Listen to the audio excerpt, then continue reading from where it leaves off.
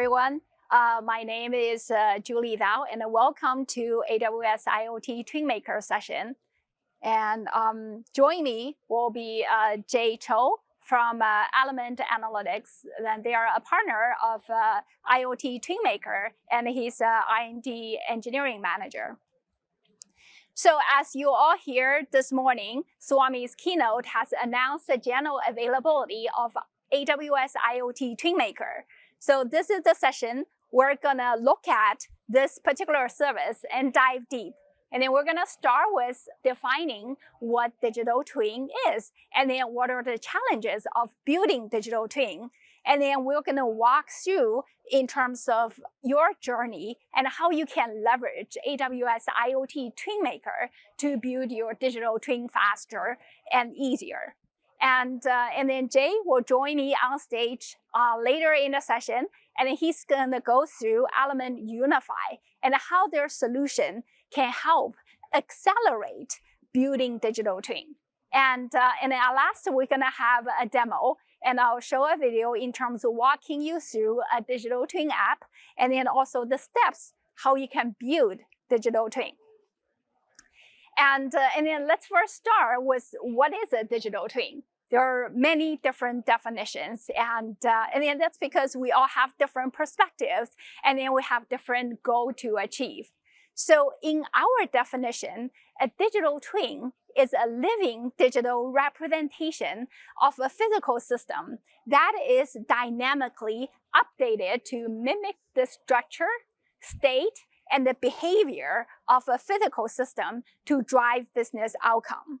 So the key here is that the digital twin you build have to serve a purpose and then drive a business outcome. So my colleague Brian had a session IoT 101 yesterday, talk a lot more details about what type of the business outcome that you can deliver with digital twin. If you have missed the session, I'll invite you to go on our conference platform to listen to his session. And then now let's look at AWS IoT TwinMaker. And our focus is actually to deliver an operational twin.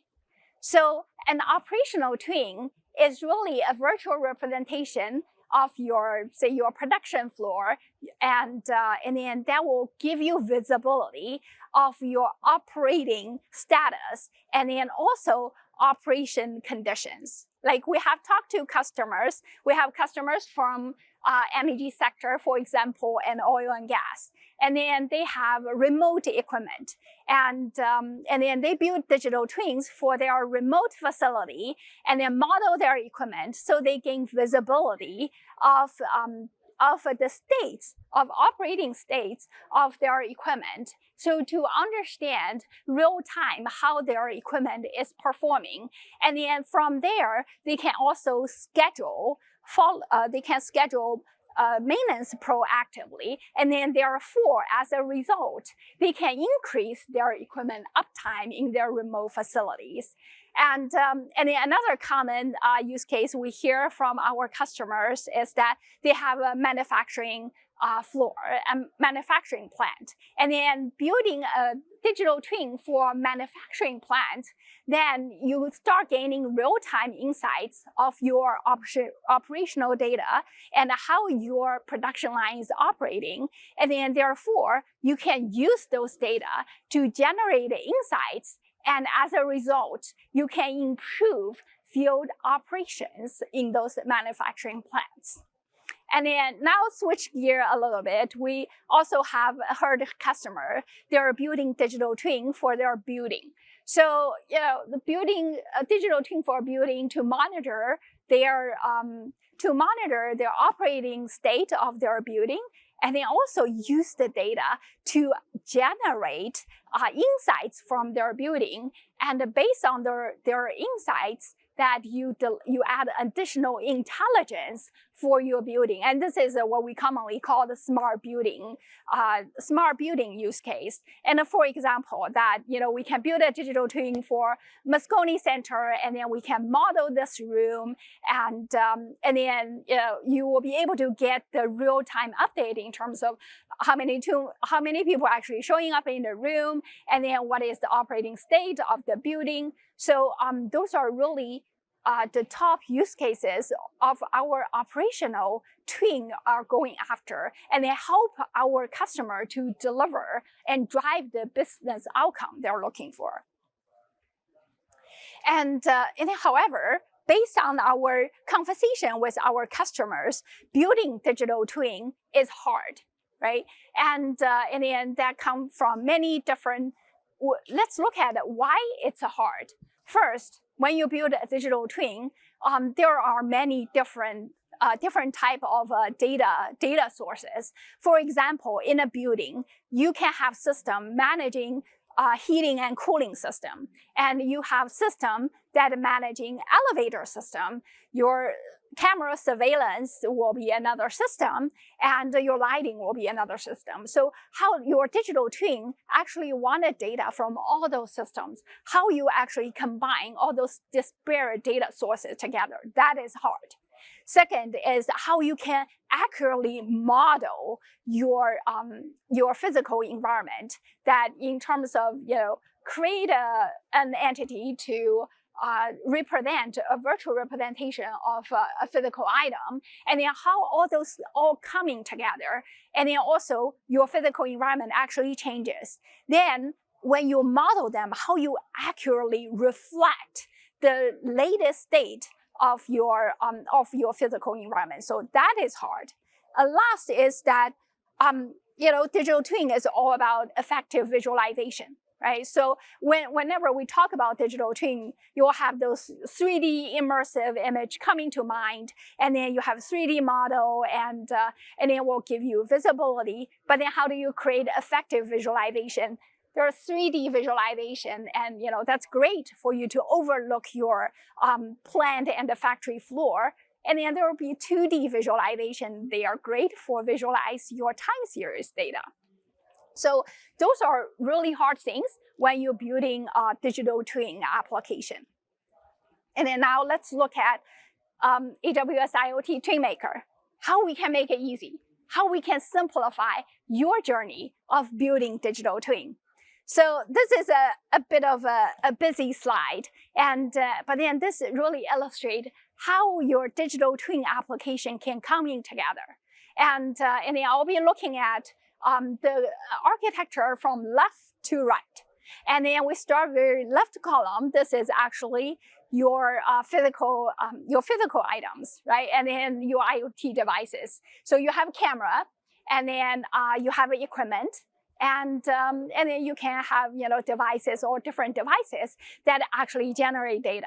So those are really the core of your digital twin. And then now you have those devices that generate data. And then how are we taking those data into a data store? So you have a data ingestion layer, which for example, you can use Greengrass connector for Amazon Kinesis video streams that will stream the video data into the cloud. And then, or you can use Sidewise Edge that, for example, that will start streaming time series data using OPC UA.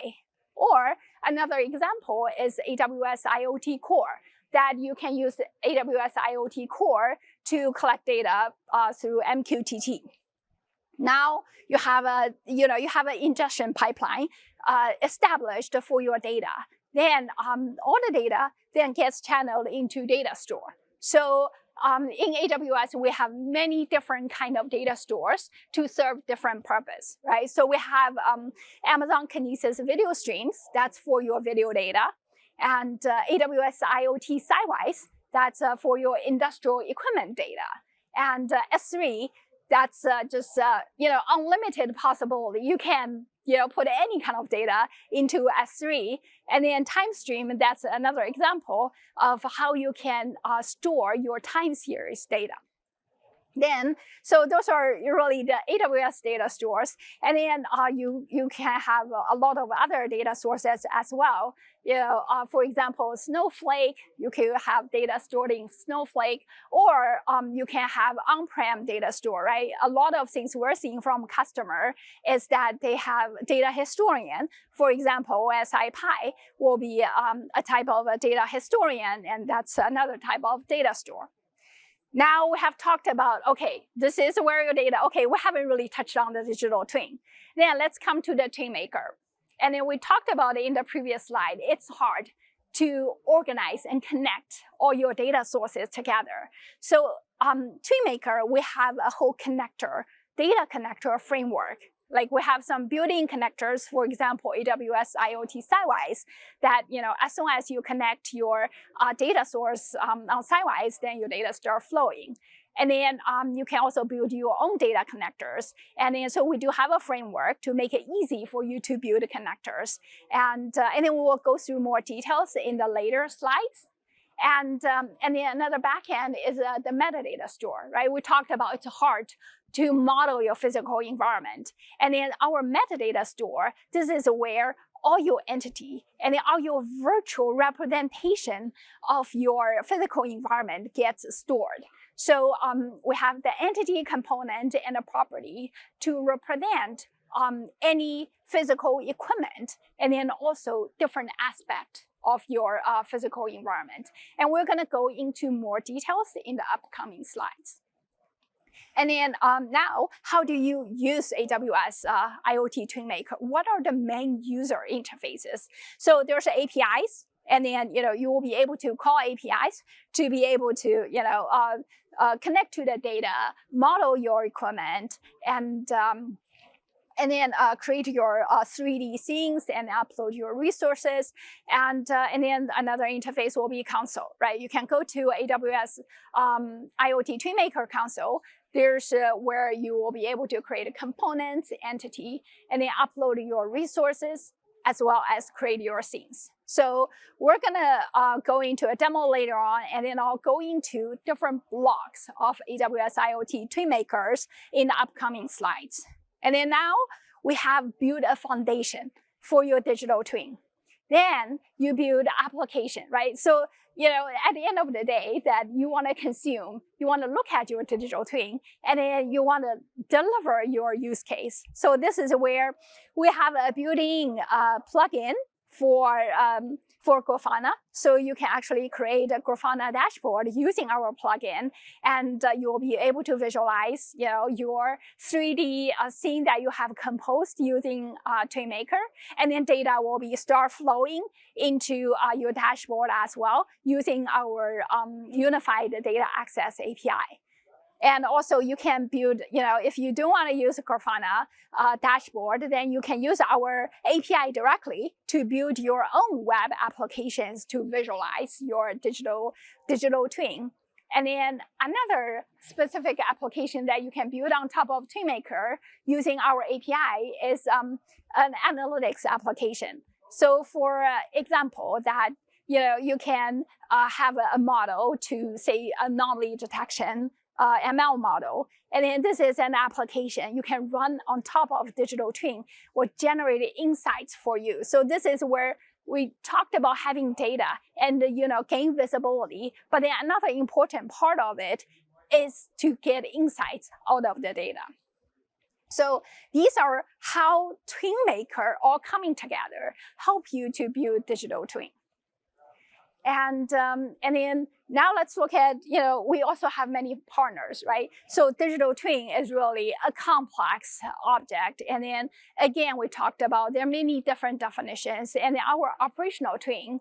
And so this is where we can leverage our partners and really amplify the effect of IoT TwinMaker. So we have partners that have ready-made solutions that you can just use and start realizing the value for your digital twin a lot faster. And then there will be partners that can help you to customize and build specific digital twin applications for your use case.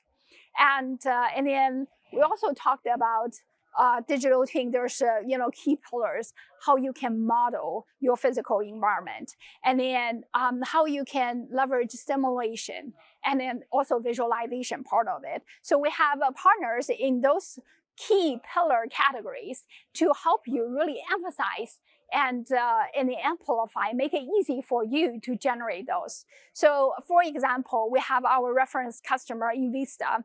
They use Matterport to their 3D scanning technology to generate 3D models of their manufacturing plants.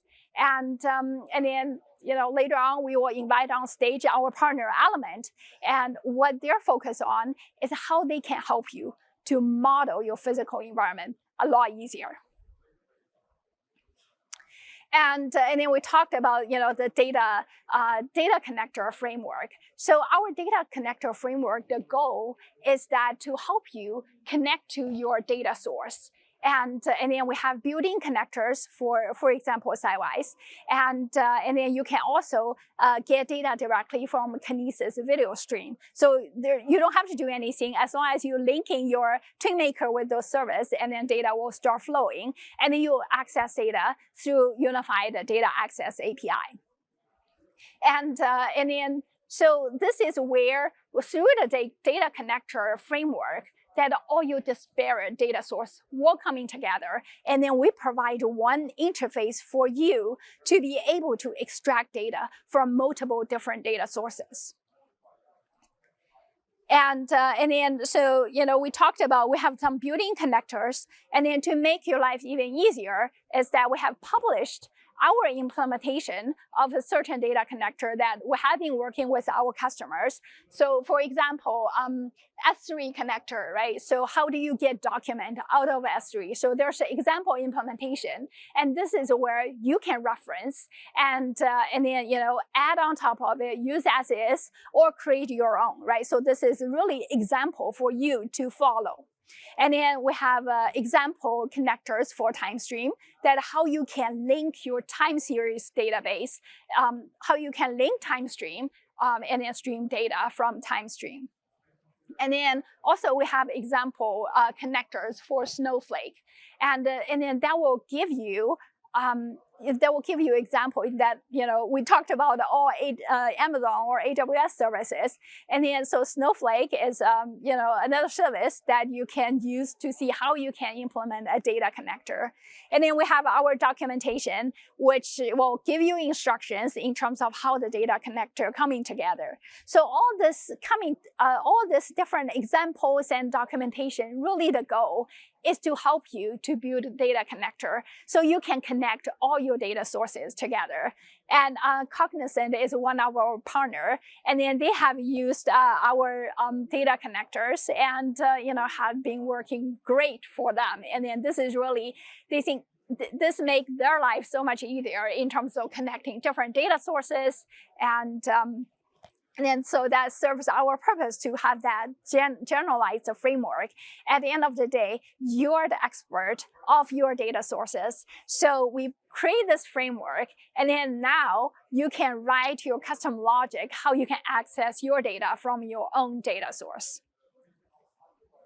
And then, so next part is about how you can model your physical environment. Right, so this is what we call the model builder, and then in our architecture slide, this is where really the core of the IoT TwinMaker service, that you have the metadata store, that how you can create a virtual representation of your shop floor. So we have workspace. So workspace is a concept that you can create a multiple workspace, and workspace is really a security boundary for all your resources, right? Within the workspace, that that's a boundary for your entities and then for all your resources, and you can create a multiple workspace, depends the digital twin that you want to build.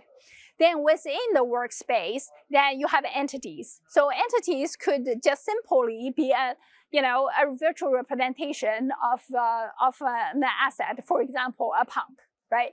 And then inside of that, then you have component. So component is really a logical organization different data sources where they're coming from. So you can have a component for Sidewise, and then inside of Sidewise you have multiple measurement, and then so you will be able to have that component to stream all your time series database, or you can have another component which is S3 that will be could be a document component that you store your maintenance record, you store your data sheet, and then where you can easily access those in your digital twin. And then you can always write your own component that connect to your data connector, and then this is where how the data is going to flow into your digital twin. So this whole entity and component help you easily organize how you organize all your physical environment and reflect that in your TwinMaker. So one thing I wanted to focus here is that how all this entity component all coming together, right? So one key thing is actually have how you can we build a knowledge graph of all your physical environment, right? So your entities, and then you build a knowledge graph, and then how they relate to each other. So something I wanted to focus on is there's a special property called a relationship.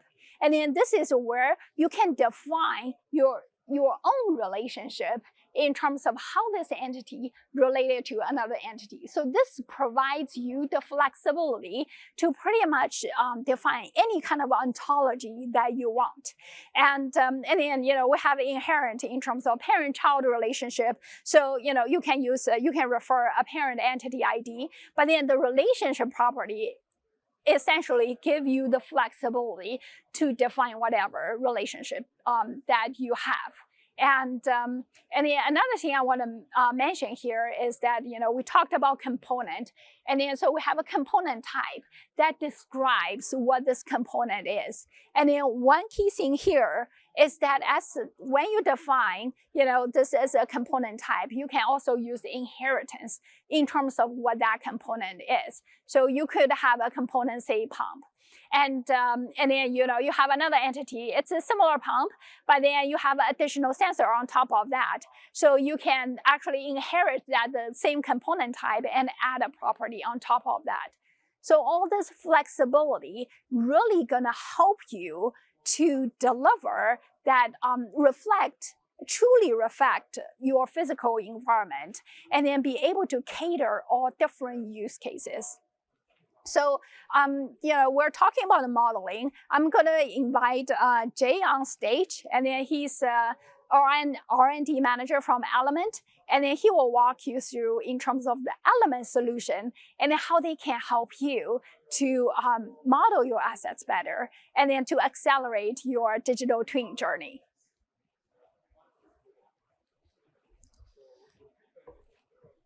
Great. Thank you, Julie. Let me go ahead and just quickly introduce Element. Element is a software provider for IT, OT, data management for industrials. And when you take a look at the industrial space, it doesn't matter if it's manufacturing, oil and gas, power generation, or chemicals industries.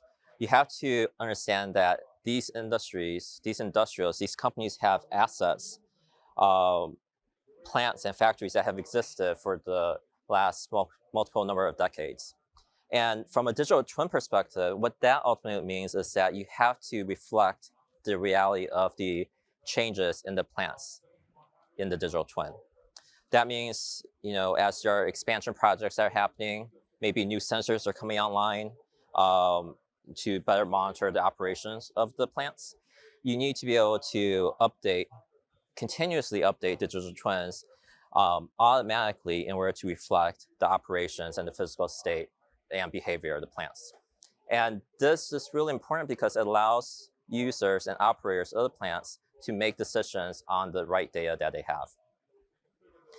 The other thing about, Julie mentioned, the data is siloed and disparate. And what that ultimately means is, you need to be able to scale the ability to bring together information from many different siloed sources at the plant level.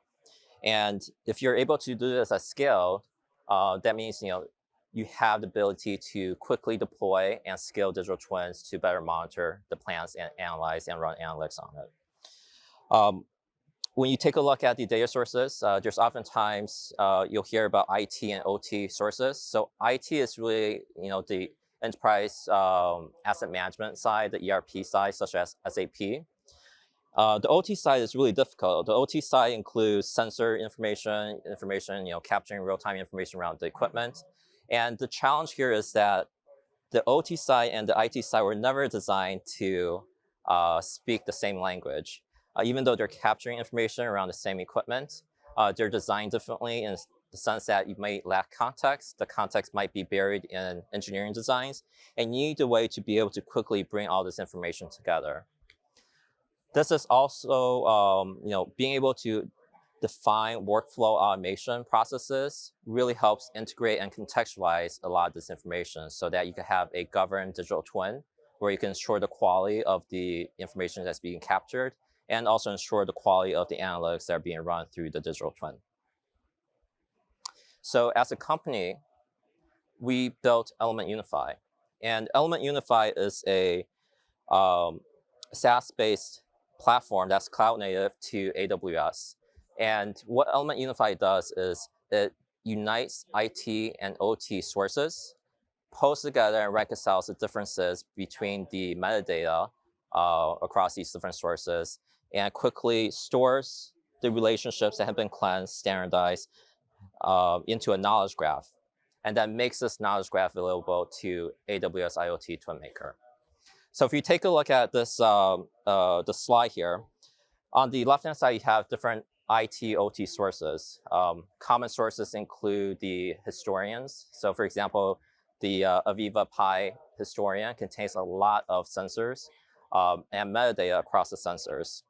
You also have the likes of SAP with the enterprise asset management side. And you also have engineering designs that contain a lot of the context around the topology of the plant, how assets are related to each other, and what sensors are flowing into a particular piece of equipment and flowing out from the equipment. As I mentioned earlier, the challenge here is really being able to reconcile a lot of the differences in the metadata across these sources so that you could join everything together. And within Unify, Unify has a set of transformations that quickly allow users to reconcile the differences. It has capabilities to allow users to perform validation and ensure trust in the data model.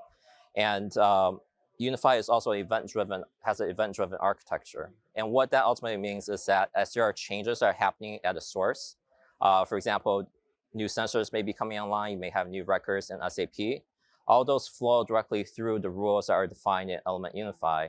And that ultimately means that you're able to keep the digital twin powered through AWS IoT TwinMaker up to date and evergreen. So what we're going to walk through today is a demo of Element Unify. What you're going to see in the demo is we'll connect to these IT, OT sources. Element Unify has a set of connectors that allow users to bring in information stored in SAP. You can also utilize Element Unify to quickly harvest the context off of PNIDs, which historically has just been one of the huge bottlenecks with building digital twins because it's a super manual, error-prone process. We'll also show how Element Unify is able to take context from the historians around the tags and quickly reconcile differences with the context between SAP, the PNIDs, as well as the tags. And then if you have existing object models, for example, object models within AWS IoT Sitewise, which could also be published by Unify, you could easily bring that context in directly into Unify and then reuse that context in TwinMaker. And finally, there's a lot of industrials who use the Pi asset framework as a way to model their assets and critical sensors. You could easily bring in that context from Pi asset framework and reuse that. Within Element Unify, there's many different capabilities.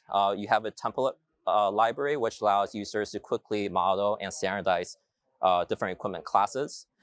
You have mechanisms to quickly map tags to the appropriate templates and define instances of the equipment.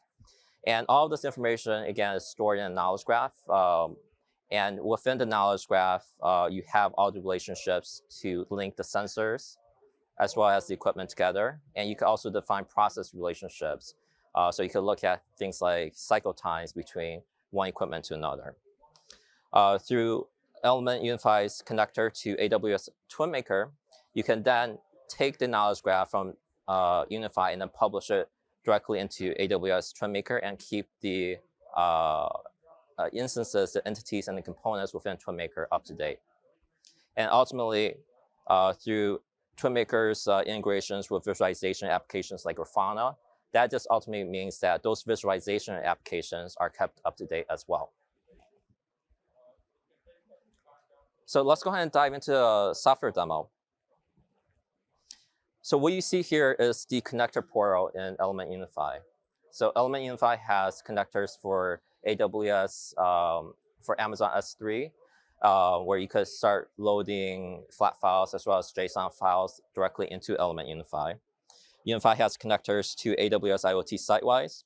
So you could reuse existing models within Sitewise, and it also has Unified has connections to Pi, so you could bring in existing asset models from there. The first step is really to deploy a connector. The first step is really to register the connector, and then deploy the connector in many different ways. One way is as a serverless Lambda function. But ultimately, once the data has been connected to, you can then view all the data the data sources that have been connected to through the dataset catalog. And in this demo here, we see here are different sources that Unified is already connected to. These include SAP, context from PNIDs, Pi Asset Framework models. And the dataset catalog not only contains the raw metadata from the sources, but then you can also, once you standardize and curate the information in Unified, the cleaned up, cleansed information is now also available in the dataset catalog. There's other capabilities within the dataset catalog where you could look at the history, look at the lineage of changes to the datasets, who made the changes, and you can also set up ODBC connections directly to the data, so it will be made available in other applications. Once the data is connected to, you need to be able to start defining object classes. So Element has a template library, which allows users to define templates for common asset types. These templates can also represent functional groups. So for example, you may have a area or process unit within a plant. You could easily model this information through templates. In this case, we're looking at a pump template, and a pump template has different types of attributes for static information, such as functional locations from SAP. But then you can also start creating references to sensor data. And you can represent that in a standard way. One last thing about the templates is that the templates also support inheritance as well as composition. So you can imagine you have complex systems within a particular plant, such as a large turbine or a compressor.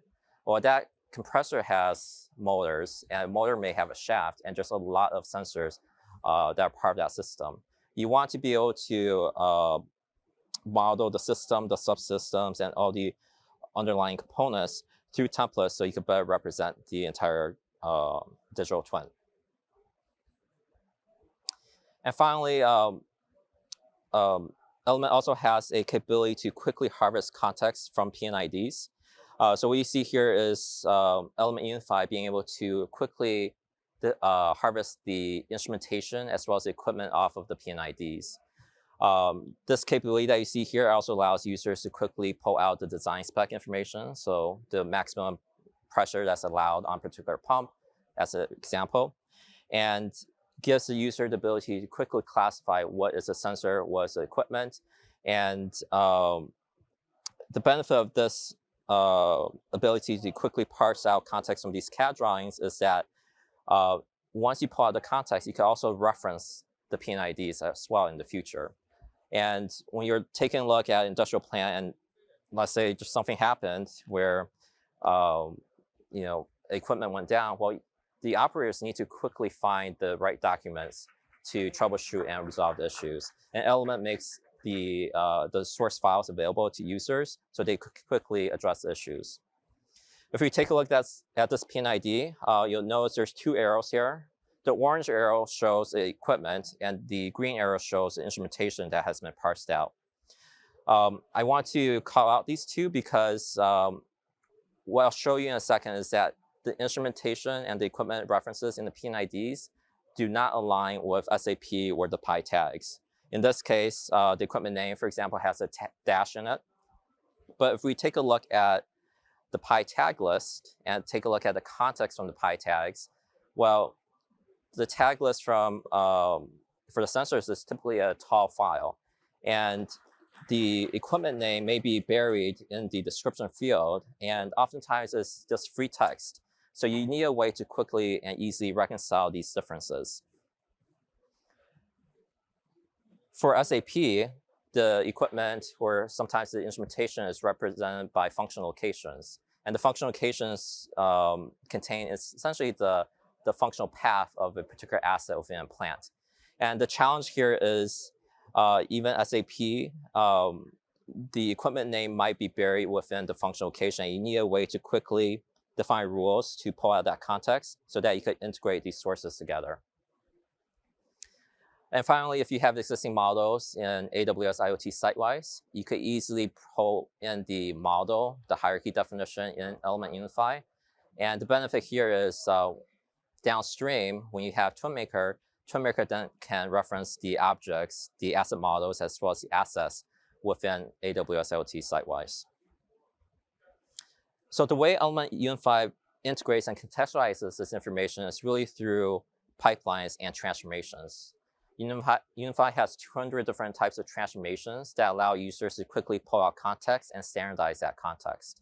In this case, what we're taking a look at is the instrumentation names from the PI historian. And as a user, I could quickly pull out the process unit definitions, which are essentially just codes.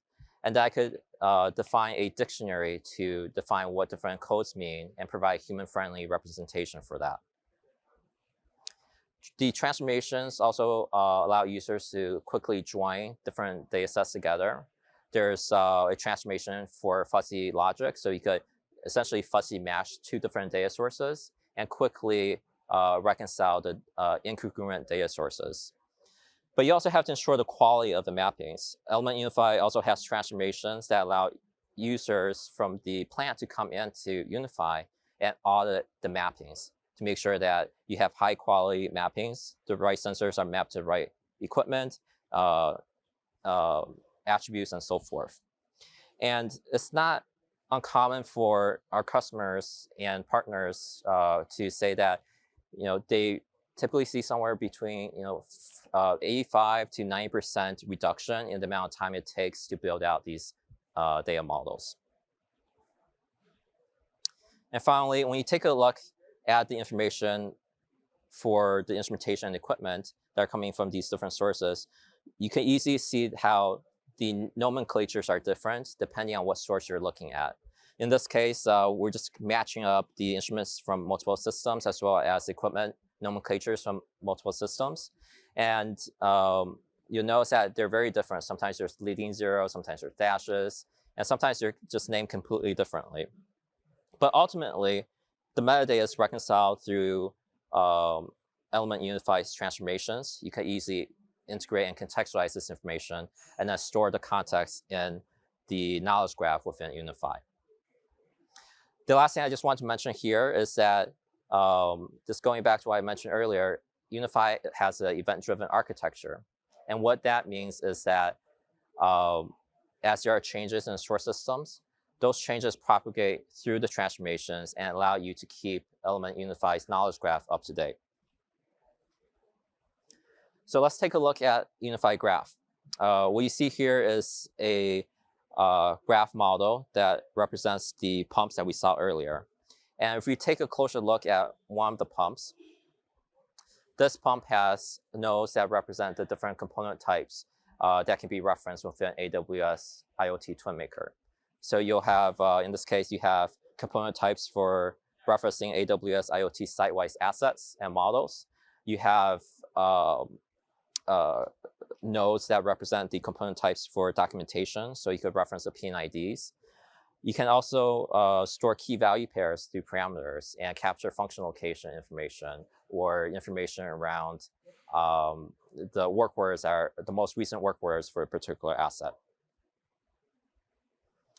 Through Element Unified's integration to AWS IoT TwinMaker, you can essentially keep the graph model within Element Unified in sync with the entities and the components within AWS IoT TwinMaker. So in this case, if you take a look at the left-hand side, you see a particular region as well as multiple plants, Houston and Baytown within that region. Drilling down across that tree, you could essentially see the process units and the assets that are part of that process unit.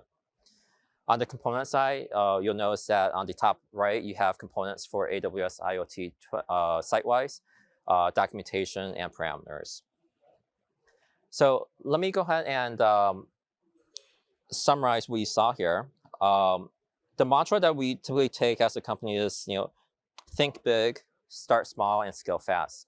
So think about the final destination that you want for your digital transformation initiatives. But then go ahead and start on something small. Focus on a target asset. Focus around building out the visualizations, the analytics that you need for that particular asset to drive value immediately for the organization. And then start scaling fast. And Element Unified enables all of this through pre-built connectors to different source systems, the ability to quickly harvest context from PNIDs, and standardize the information through templates. Element Unified's transformations allow users to quickly integrate and contextualize this context, and then keep that context and that ultimate knowledge graph up to date as there are changes in the source system. So with that said, I'm going to go ahead and pass it back to Julie, who's going to talk about some of the applications that are enabled through AWS IoT TwinMaker.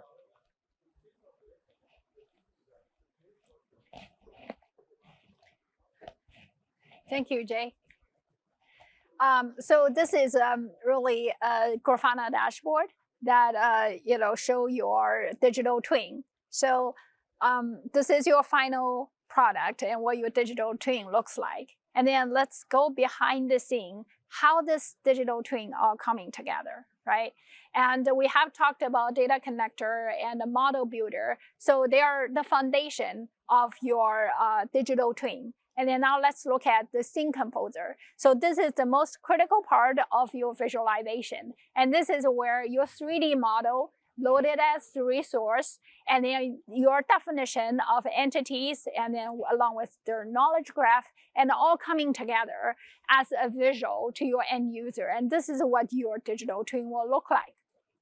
So as part of the scene composer, that you can drop your 3D model, and then you can associate your 3D model with an entity, a component, and a property, and you will be able to, for any kind of 3D model inside of your scene composer, that you can define a tag. A tag could be just associated with a property or maybe alarm status, and then you can use rules for that tag to change color. Whenever alarm is on, then it can go to red. Or you can even turn your whole 3D model. For example, we have Cookie Factory that you have an entity is a mixer. And then we have a 3D model of a mixer. You can even associate what we call the model shader. Is that if you associate a property with a model shader, and then your whole 3D can actually change color when you define a rule. Say, when temperature goes beyond certain degrees, then I want to show red, or when it goes below certain degrees, I want to show a different color. So this is really your digital twins gonna coming together based on your 3D model. And then the 3D model, what we're doing is we're using a standard format. It's a graphics language transmission format. So it's short for GLTF. And we're using that particular format is because they are optimized for transmitting your 3D scenes over the web. So if you look at this digital twin application, this is a Grafana dashboard, and then you could be running inside of your browser. And then so that is, we choose that format because it's optimized for you to run your digital twin application in your web browser. And then we will be able to provide you tools in terms of we leverage your existing 3D model. It could be a CAD model or it could be a building information model that you translate into GLTF, and then you can load in your scene composer, and this is how your scene gonna end up looking like in your digital twin application. So that's the key, how all your visualization gonna come together. And then as a part of the new feature that we come in as the scene composer, before we talked about in terms of you can attach a tag or you can change the color of a model shader for your 3D model. And then a new thing coming as part of the GA is that we have motion indicator. So you'll be able to show motions in terms of your entity, and it could be a circular cylinder motion like this, and then you can associate how fast they're moving. You can associate it with a property on that. So there's 3 types of different motion indicator that shows up to illustrate different type of assets and then how they are actually moving in real life. And then another feature that we have added as part of GA is called the scene templatization. So we talked about, when you're defining a scene, you can drop your 3D model and then you can associate an entity with it. What does templatization do for you? Instead of associated with a specific entity, you can use a variable. So for example, I have a mixer, and then I can just define a scene with a mixer with entity ID as my variable, and then a component, and then maybe different entity have different component, and I can also use that as variable. And then I want to define the tag is just associated with alarm status. So I can templatize that depending on which entity I select or which component I select, then that will show up in my scene. So those are really great tools, how we can help it easy for our end customer to, one is accurately reflect their physical running environment, and the second is how we can make it easy for you to build digital twin with TwinMaker. And then we transition in terms of talking about how you can build your digital twin application either directly using our APIs and build your own web application. And then we provide a low-code interface is a Grafana plugin. So you can use the Grafana plugin to build dashboard either using Amazon managed Grafana or your own Grafana instance. And then again, use the SDK that you can build your own web application, and all this source code are on the GitHub, and then you will be able to take a look in terms of what they are and how they can help you to build your own digital twin application. So next, I'll be showing a TwinMaker demo, and then we will walk through a Grafana dashboard that we built as our. Okay, let's switch to the. Okay, so this is a 3D visualization of the cookie factory we talked about, and you have the cookie line here, and then those are the 3D model that you are to model your actual physical environment, and then this is the scene viewer in your Grafana dashboard, and then if you look at the Grafana dashboard here, that you actually have many different components coming together. One is your 3D, which is your scene viewer. And then you'll have entities that associated with each one of the 3D model inside of your scene. So if you click on the entity, then your scene viewer will follow your entity and then will directly go to the location of their entity where it's located. And then also at the same time that you will see on this particular dashboard, we have other visualization, right? So we talked about in terms of what is the best way to visualize your data. And we talked about 3D visualization, which, you can have an overview of how your physical environment coming together. But then there's also 2D visualization, which is really best to use for your time series data, right? And then you also have camera feeds if the entity you selected has a camera attached to it. So what we're showing here is really that depends on which entity you picked inside of your scene, then all the associated panel or widget inside of the Grafana dashboard will reflect that particular entity. And then on the top, we have a list of the alarms. And then you can sort. Actually, you can sort in terms of the alarm status, and then there's an active alarm. You immediately want to drill down in terms of understanding what that alarm is, and then if you click on the alarm, and it will take you to the entity, and then you will be able to drill down in terms of as part of dashboard. I want to look at maybe my temperature or time series database, or look at the flow rate or RPM, or other properties associated with this particular entity. And then now, we have to show you what the digital twin application looks like and then how it all happens, right? And then, so this is our console interface. And then if you look at this, we talked about, workspace and then, so workspace is at the top level, and then this is really container to contain all your resources for your digital twin. And then you start defining by the component type, right? So this is your data sources. And, we have a predefined, in terms of, we have predefined component type for alarm, and then predefined component type for documents, easy for you to fetch the document.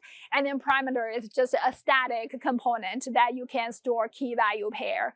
And then, the sidewise will be another predefined component. And then again, as our data connector framework we talked about earlier, you can always define your own component. And then you can associate a data connector, meaning that how you access data, how you read and write data as part of your data connector, and that will become your user-defined component. And then now look at the interface here that you will be able to define a component, and then on the left-hand side, you will also be able to create your entity, right? So this is where all your entities gonna come together. You define a water tank, and then as a part of the water tank, then you have a different component to represent what that water tank is, right? So you'll have time series database like flow rate and then tank volume. And this is where how you can best represent a particular entity or particular assets inside of your digital twin. So those are the console interface you will have, and then you have a resource library. So this is where you upload your GLTF file. So this is GLB, it's a binary file format.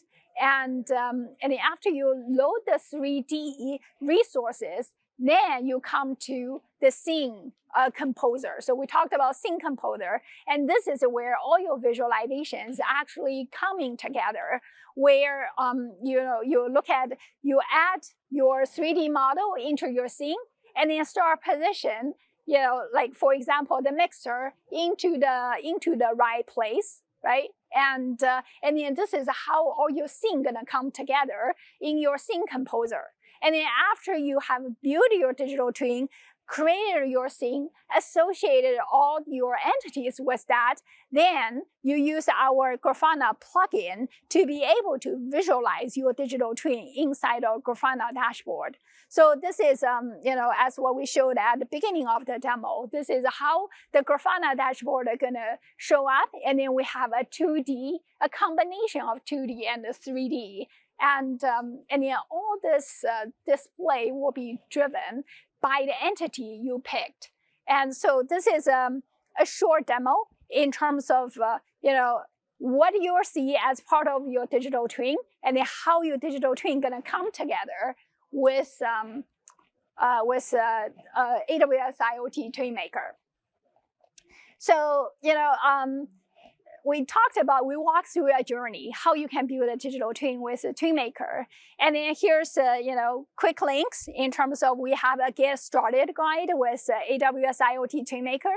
So by going through those instructions, you will actually build your own cookie factory. And then it's really some exciting example that you can follow to really look at how all this is gonna come together. I highly recommend you try that out. And then we also have a discovery workshop on the web, and then for you to get to know TwinMaker a lot better.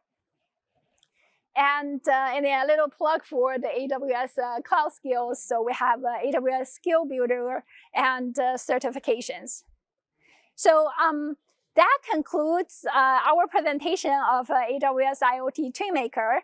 And then thank you for attending the session. So lastly, most importantly, is don't forget the survey. And then we'd love to hear your feedback and your feedback for our product. Thank you.